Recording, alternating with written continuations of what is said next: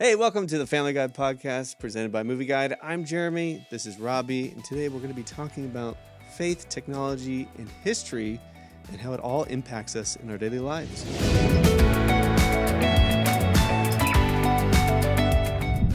I went to this interesting conference over the weekend, and it was just talking about work and different aspects, and obviously, there's kind of a sense of dread around AI. People feel like Terminator. right on what could be, less than what is yet, and what it means for work and skill and knowledge and training.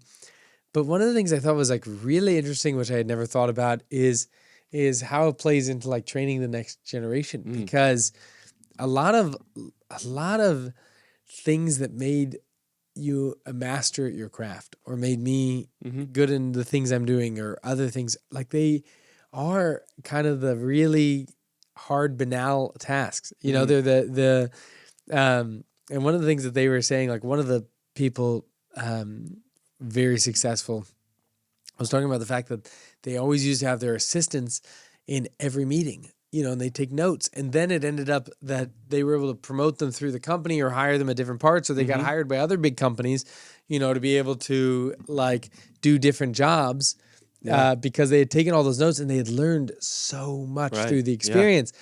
But she's like, now she doesn't have to do that because, she uses an AI and it does all the transcribing for her, which is a positive. That's an incredible thing. Now somebody doesn't have to do that. But the hard thing is doing that hard thing actually produce a really great result. Yeah. Right, you know what I mean? The hard thing initially paid off in the big result in the long term. Do you know what I mean? Yeah. And I think that is actually was a really interesting concept. And we know in Hollywood, for example, there's a big thing about being a script reader. And a script reader is often becomes a script writer, and it's because you're there for the studio reading all those scripts, you're able to learn over time, what is good and what is bad. Yeah. You know what I mean? Through the experience. And one of the guys at the event who was a lawyer was talking about hey, same thing in the law, finding cases and drudging through all of that old case files or reading contracts and going through everything, every detail. Yeah. Is that allowed them to have that muscle memory to be great at their craft. Yeah. And so it'll be interesting with that drudgery taken out, which makes it amazing if you're an expert.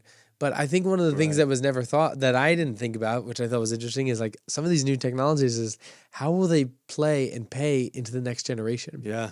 And I was thinking about too, it feels like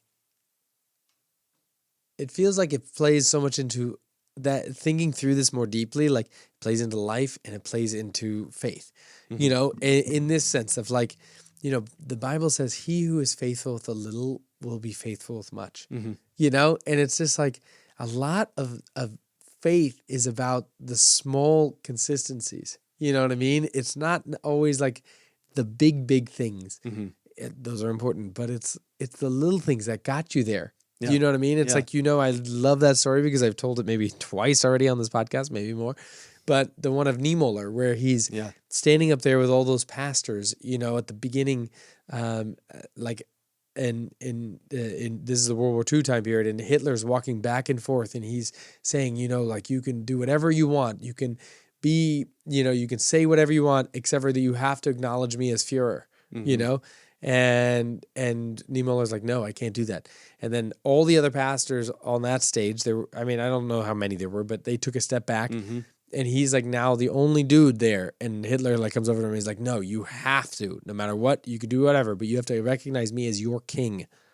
And he says, I only have one king, and his name is Jesus Christ. That happened because of the fact that he was able to stand. He went to the concentration camp and stuff, but and he wrote a book, Here I Stand.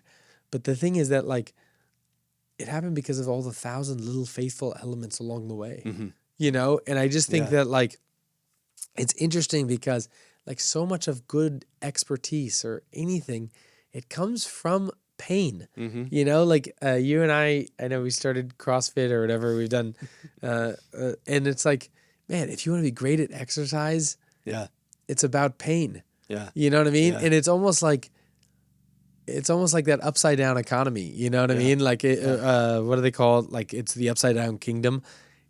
It's like if you seek happiness, we talked about it in the last podcast, you never get it. Yeah. Do you know what I mean? Yeah. It's like everything in our lives is seeking us to be able to try to get a drop of pleasure. Yeah. But we have more anxiety than we've ever had. Yeah. You know, the notifications on your phone, and so I wonder what that's going to do for society. Yeah. If some of those like basic things can be done, maybe we'll do nothing and maybe it'll be amazing. Like maybe society will be amazing anyway. You know what I mean? So I don't think we have to do the dishes and it's awesome that we have a dishwasher. You know, like I don't think with that already. I don't think we have like, you know, the washing machine is awesome. You know what I mean? Yeah. Like we don't have to scrub our clothes by hand. You know, like I didn't need to learn that task and be an expert at it. But like there are some things in that line where like it does actually like help a lot. Do you know what I mean? To actually building that muscle memory, that important skills that you need. Yeah, for sure. For all of life. Yeah. And I don't know. I don't know how that's going to play out from a training perspective. I mean, what do you think? Well, yeah, I agree. And I do think it's a little bit of a weird double-edged sword in a way, because I feel like the little things are what build up over time. And those are things that like there's another CrossFitter that was saying that like, take your time, it takes time. Yeah. So like coming back to that muscle memory of all the little things that you've been learning and responsible for, building you into that expert or building you into that parent. Like it would be great. Like, oh yeah, I want to be a great dad. You don't just wake up one morning, you're like, I'm a perfect dad. Look at this. It's all the things you learn with your kids, understanding their needs and wants and all those things, and having wisdom and understanding on how to address those over time, that I think you develop into the you know, and even faith walk is kind of the same thing. Like you don't just accept Christ and I'm a perfect Christian. Look at this. It's a forever process. We're always in process. We talked to Clint about his new book, and it was interesting because it's a similar process where he was talking about marriage. Yeah. It's not like you just wake up and it's like you're a great marriage. Yeah. It's like you work at it every day. It's like you date your wife from the beginning. You know what I mean? Like it's like you do all the things to like build that relationship. Yeah, I think one of the interesting things out of your comment there is almost the thought of like you have to. I've heard this said before in church, but you have to constantly be dating your wife. You know, because it's almost like the thought of like, oh, you're married, and then you just kind of move on to, oh, I'm working, I'm building my career, and the forgetting about that process on dating your wife. Is that kind of a little bit of the point of it? Is like, hey, focus on her, learn her love language. Is that kind of the point for young men, is just to be able to understand that you really need to delve in and like understand your wife over time in a way? Well, totally agree with that. And that's a great idea. But after going through that, one of the things that I've learned is, you know, through counseling and leaning on God's word, is in the counseling process, one of the guys challenged me to to learn how to consistently care for your wife's spirit and show her consistent Christ-like love and never shame her. And one of the things that I did in my marriage, I was busy, you know, working all the time, involved with politics, chairman of a bank, developing real estate.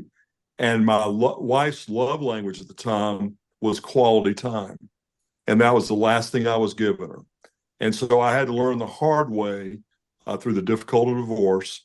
And so that's one reason I wrote this book, because I do not want men, especially high achievers, hardworking men, to repeat the same mistakes I made. So again, showing your wife Christ-like love, caring for her spirit, and not shaming her. But we're not realizing what we're doing to destroy your wife's spirit sometimes. And I really want to encourage men to really pay attention to that. And like you said, you know, have fun, enjoy things, but sometimes your point's well made. We feel like we conquered and we're on a hunt, we won. So now it's just time to relax and put it on cruise control. But I want to encourage men to, like you say, date your wife, have fun with your wife, do things that you're enjoying together, as opposed to just kind of everybody being caught up in their own stream, if you will. But again, I did not necessarily know her love language. Again, that quality time. So that's where I made my mistake. So I want to encourage men to really pay attention to their wife's love language so they can help build a marriage that will last a lifetime. It's all those like commitments of goodness, I mean, along the way. It doesn't mean that you can't do dumb things too. Right. I've done plenty of dumb things, and we've all done dumb things. Those are lessons to learn. You know? But the thing is that like the general thing is to try to build up that character muscle. And I wonder, like, I don't know, because like we as Christians, it's so unique because, you know, I love that book, Every Good Endeavor by Tim Keller. And it's like we as Christians, like we believe that like we're made to work. You know what I mean? It's not the same. Yeah. Like God himself loved to work. Yeah. You know, like we it's a very unique like faith tradition in the sense that like work, we believe it's not like you're just kicking back on a beach somewhere. Like there's something to work. Like we're called to it. There's a call to it. You know what I mean? Now toil is different than work. You know what I mean? Yeah. And so we're not necessarily called to toil, but we are called to work. And so I wonder in that play, like how will it look in a world like like it's hard because everything is so hypothetical now. You know what I mean, in the mix of it, but there are real consequences now, like that woman saying, hey, she no longer needs an assistant in any meeting. Do you know what I mean? Well, like that was a crucial way in which, especially in our industry, the entertainment industry, that's how people moved up the ladder. Do you know what I mean? And so it's like, what does that mean? It's like the apprenticeship. Like, it's kind of going to go away. Like what does that mean? I don't know. And I also wonder though, because everything is so hyped right now. Like AI is it's so hyped. Amazing new thing with all this stuff. And like, who knows? It probably will settle. That's my opinion. I think we overhype it. It gets so big. We try to use it for everything. And then it's not actually doing everything we need it to. It settles down. We need people back into these roles again. That kind of thing. But we're in the middle of that building wave. And it's like, I do believe that it's not going to be able to do all the things that people claim it can do. But I do think I generally think it's going to be a benefit for most people. Like, I think it will be a great positive, especially for a small business in America. So I feel, or around the world, I feel like there's going to be a lot of positives. So I'm more on the positive trend. But it is interesting to see, like, where the dust will settle, like what it will be good at, you know? And what the limits are and what the limits aren't, you know? But you're right. Every technology kind of promises unlimitedness. But I just thought it was interesting, like the importance of doing hard things, you know? And it's like we de-emphasize that in our society. Like we try to do as little hard things as possible. We try to pull a Wally, you know? We try to live in a Wally. No investment. You know? And it's like everything about us is a Wally. You know? It's like one of the things, you know, I've been trying hard to lose weight, which it's a struggle. Some people don't have that struggle, you know. I lost 20 pounds. I was going for 30. I lost more and then gained more back. And, you know, it's a fight. But like one of the things that they say is like just making your own food. Like you are more likely to like keep your weight down or lose weight, like making your own food. Because it's like, I heard this fascinating book and it was about, it was like, hey, yeah, sure. If you want to make fried chicken, but make it from scratch. You know what I mean? If you're going to make it from scratch, it's a very elaborate, hard process. So you're probably not going to eat very much of it, you know, or whatever. And it's like, it's like, well, we live in an age where like, we don't have to make any food. Like all food that you desire from almost anywhere in the world, you can get. And for a pretty decent price, like even fast casual prices, you know what I mean? And so it's just interesting. It's interesting about a world where those sort of things are not in play. I don't know. It's just interesting. There is this deep value to hard things, you know? And I think that's just like a really, really important metric. And I, on that line, you know, someone who's been quite popular recently, and I've been reading his book, The Algebra of Wealth. You know, he's big into a lot of doing the hard things. But I think he actually misses the point. So if his fanatics are listening, no. But wait, who is it? It's the guy who wrote The Algebra of Wealth. He's been making all the rounds on all the podcasts and everything like that. But the problem is that like I wonder, like the problem is that you have to have a deep motivation to why fight through hard things. Do you know what I mean? And I think that because he doesn't have faith, you know, he admits that. It's like, okay, well, why sacrifice without faith? Yeah. In a way, Yeah. you know what I mean? For us, like, there's an eternal reason for everything we do, but It reminds me of your brother with his hostel, and he was talking to those people from China and all those other countries, and he was trying to explain courage to them, and they were like, "Why would you do that?" yeah, You know, like it's just like totally foreign to them that you would want to sacrifice or put yourself in danger for someone else. It's interesting, all these like intrinsic values that you get from biblical principles or Christianity itself, or example of Jesus, than other cultures and stuff that just don't have any concept of that. It's just wild to me. you know, you and I, we got to see recently with some other friends and stuff. The ungentlemanly behavior. Oh, ungentlemanly warfare. Yeah, Ministry of Ungentlemanly Warfare. and it was about like the founding of like some of the secret, MI6 or something in the UK. And I think that like one of the things I thought it was interesting because it was a pretty good movie. It could have been like, it was a little like they could have, I wish they would have toned down the graphic nature because it wasn't needed to. It's pretty cartoony movie anyway. So it's not like it's like aiming at super realism. So like they could have like removed some of the graphic nature. I don't think it was necessary. Yeah. And they would have made the audience much broader. But you know, it kind of showed, it was based on a true story, and it kind of showed you like, you know, these guys doing kind of this cool thing to like stop evil, you know, during World War II.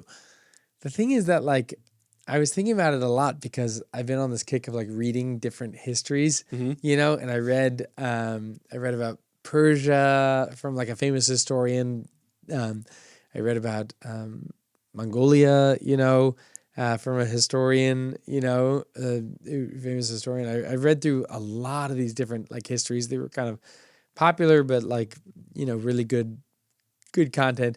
And the thing I thought was like so interesting in there, like watching this movie after like reading these ancient histories, is to think about like, man, like how impactful like Christian faith is and how we don't actually even realize that like we are surrounded by it.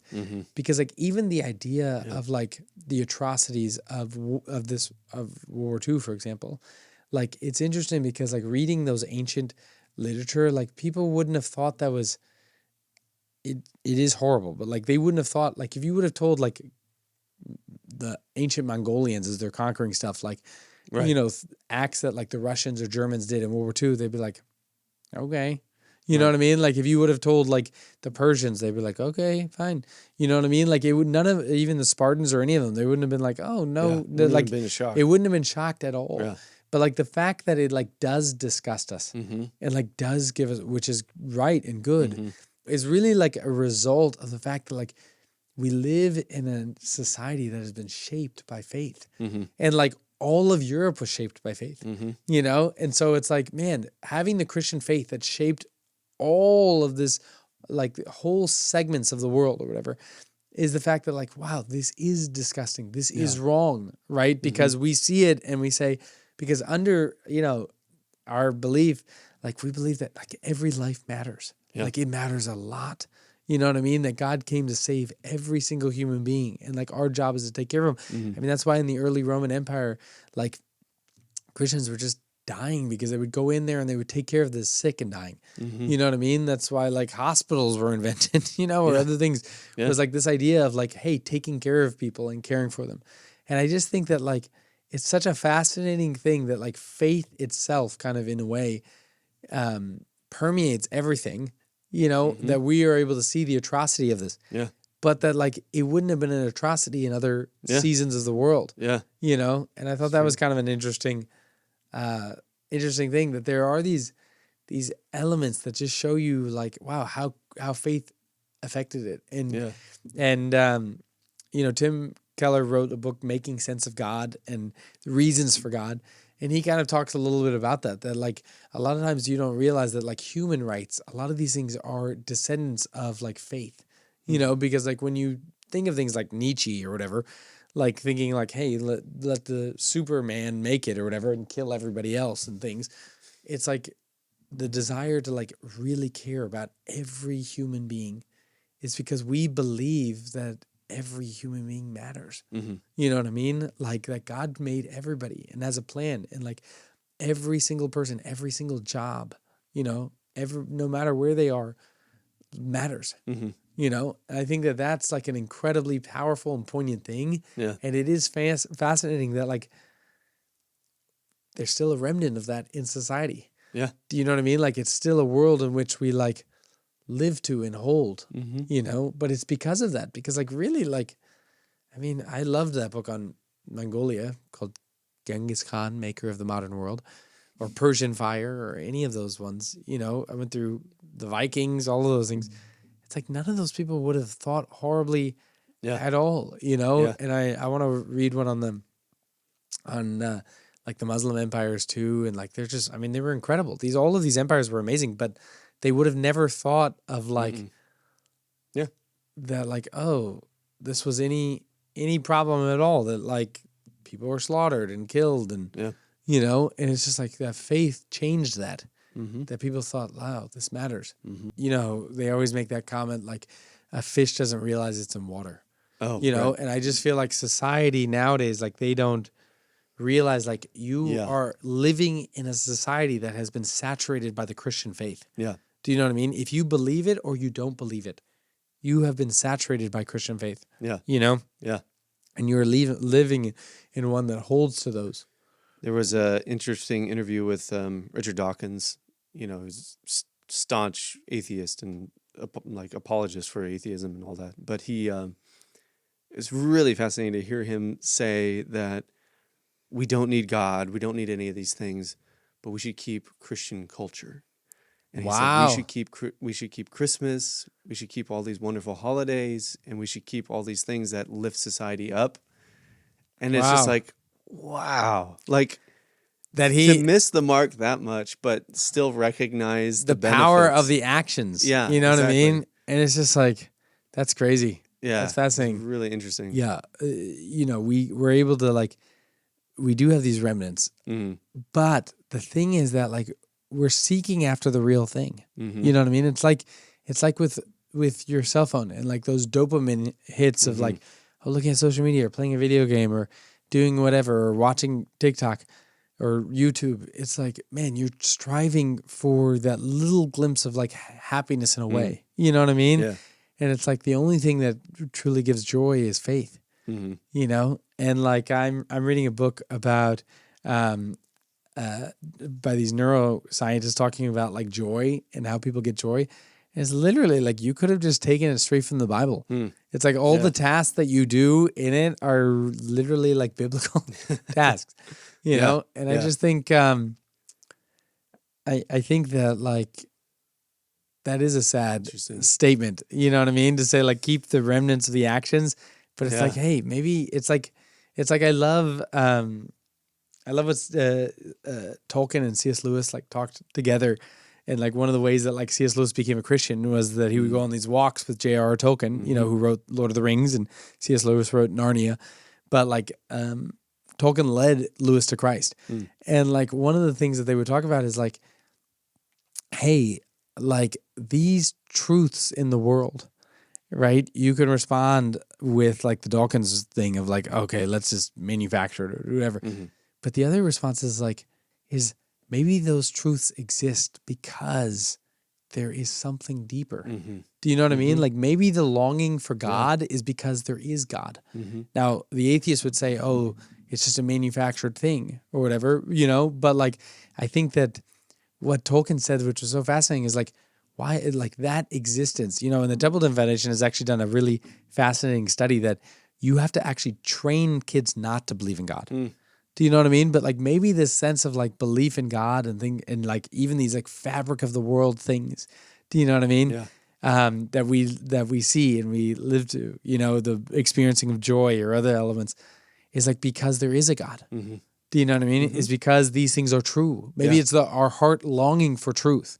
Because or it's like a blind man searching for the light switch when he doesn't know the lights are off. There's no other reason to be doing that if it wasn't true or there wasn't that truth embedded in us. Yeah. You know, and Yeah. obviously, like anyone watching this, like you've got to walk your own path. But I do recommend that you read the Bible, check it out. Check out things like Making Sense of God or Reasons for God. These are all opportunities to kind of explore that deeper. Yeah. And I'm always shocked by people who are so set in stone that they're not willing to explore this. And it's like, man, if there is I believe deeply there's an eternity, you know, like I believe there's God, you know, I believe there's heaven, you know? And so just the opportunity to like explore that, like don't miss that, you know, like you don't want to miss that opportunity. So Yeah, totally. thank you so much for listening to the Family Guide podcast presented by Movie Guide. Please subscribe if you liked what you got to hear today. And we are supported by users like you. So if you also care about it, check us out at movieguide.org and click on that donate button.